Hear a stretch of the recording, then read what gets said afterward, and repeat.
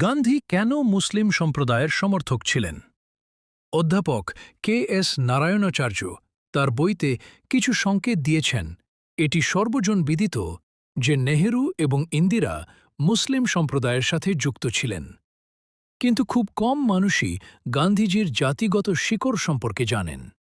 আসুন দেখা যাক অধ্যাপক কি কারণ তুলে ধরেছেন। গান্ধীর চতুর্থ স্ত্রী পুতলিবাইয়ের পুত্র।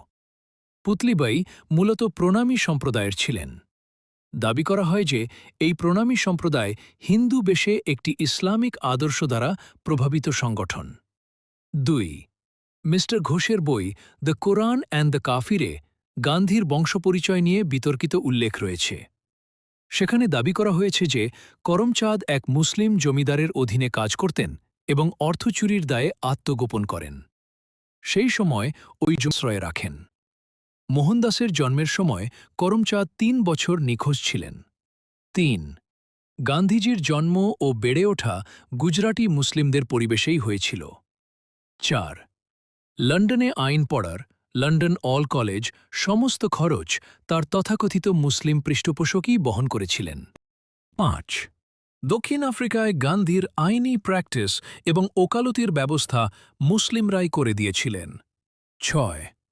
লন্ডনে থাকাকালীন গান্ধী আঞ্জুমান-ই-ইসলামিয়া নামক প্রতিষ্ঠানের সহযোগী ছিলেন।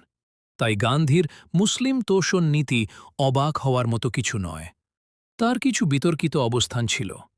গান্ধীজি বলেছিলেন, হিন্দুদের যদি মুসলিমরা মেরেও ফেলে তবুও হিন্দুদের শান্ত থাকা উচিত এবং তাদের ওপর রাগ করা উচিত নয়।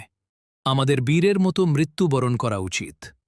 স্বাধীনতা সংগ্রামের কোনো পর্যায়ে গান্ধীজি হিন্দুত্ববাদী অবস্থান নেননি, বরং তিনি বারবার মুসলিমদের পক্ষেই কথা বলেছেন। ভগৎ সিং এবং অন্যান্য বিপ্লবীদের ফাঁসি আটকানোর আবেদনে স্বাক্ষর করতে তিনি অস্বীকার করেছিলেন, যার নিন্দা স্বয়ং অ্যানি বেসান্ত করেছিলেন। মোহনদাস গান্ধীর আরও কিছু পদক্ষেপ। ১.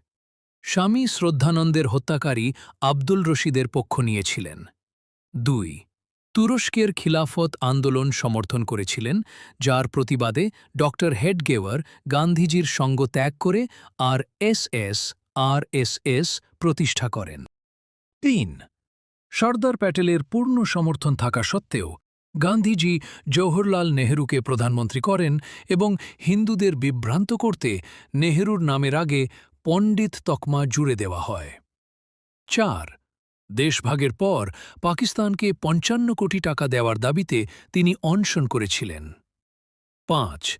তিনি সবসময় মুসলিম তোষণ করেছেন এবং হিন্দুদের ছোট করে দেখেছেন বলে অভিযোগ করা হয়।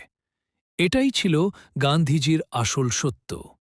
ভিডিও শেষ পর্যন্ত দেখার জন্য ধন্যবাদ। বন্দে মাতরম, জয় হিন্দ, জয় ভারত, জয় শ্রীরাম।